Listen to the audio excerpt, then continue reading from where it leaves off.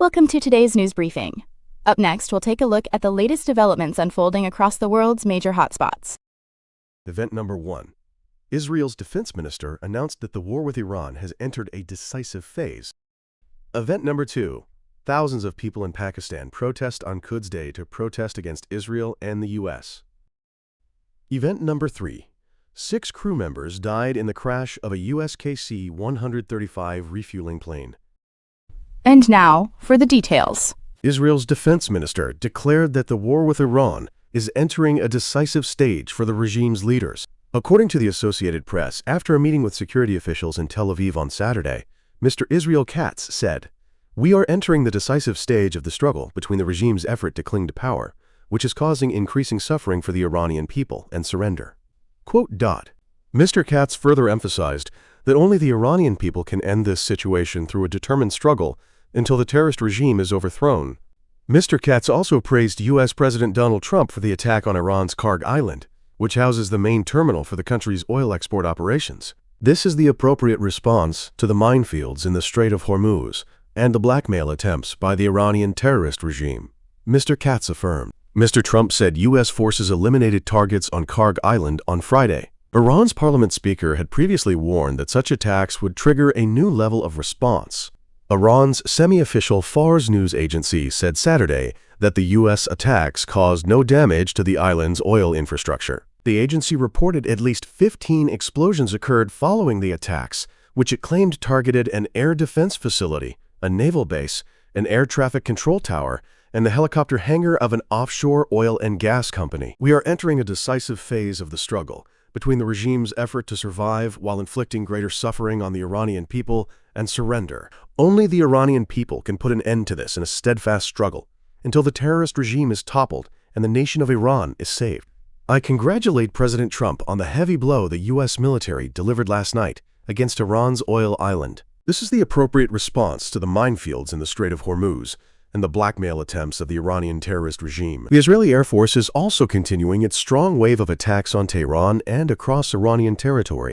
Thousands in Karachi, Pakistan, participated in a Quds Day rally to protest the Israeli occupation of Palestinian territories and vowed to liberate al-Quds. Women chanted, "Down with Israel," and "Down with America," as they dragged coffins draped with U.S. and Israeli flags through the streets. They also carried banners protesting the bombing of Iran and mourning former Iranian Supreme Leader Ayatollah Ali Khamenei, who was killed in joint U.S.-Israeli airstrikes on Tehran. A large poster erected on a stage depicted U.S. President Donald Trump with his Israeli and Indian counterparts as devils, with a caption in Urdu reading, "The world's 3 devils are America, Israel, and India." The last Friday of the holy month of Ramadan is observed across the Muslim world as International Quds Day to condemn Israel's 1968 occupation of Jerusalem. Maulana Syed Hassan Zafar Naqvi, a religious scholar at the rally, called for Muslim unity. He said, "We all know who is fighting for the oppressed and protecting their rights." Sarwat Zira, another protester, told the Associated Press, "We are raising our voices against the oppressor and have taken to the streets to support the oppressed people of Palestine." "The liberation of Quds is our dream, and we are all gathered here for this cause," she added. "I call upon the entire Muslim community not to be deceived by the words of corrupt rulers. All Muslims are united, and they have removed all differences among themselves. We all know who is fighting for the oppressed and protecting their rights. The entire Muslim community must unite. We are raising our voices against the oppressor and have taken to the streets to support the oppressed people of Palestine to liberate al-Quds, which is our first Qibla. The liberation of Quds is our dream, and we are all gathered here for this cause." The U.S. military said Friday that all 6 crew members aboard a KC-135 refueling aircraft that crashed while supporting anti-Iran operations were killed. According to the Associated Press, U.S. Central Command, which oversees the Middle East, said the crash in western Iraq on Thursday followed an unspecified incident involving 2 aircraft in friendly airspace, and that the second aircraft landed safely. The crash brings the number of U.S. service members killed in Operation Epic Fury to at least 13, with 7 others killed in action. The Pentagon said earlier this week that about 140 U.S. service members have been wounded, including 8 seriously.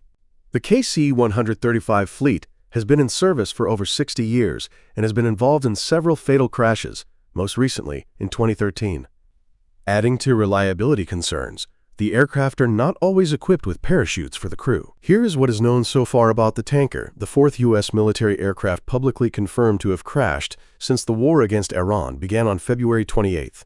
The cause of the crash was not immediately known. U.S. Central Command said the circumstances of the crash are under investigation, but that the loss of the aircraft was not due to enemy or friendly fire.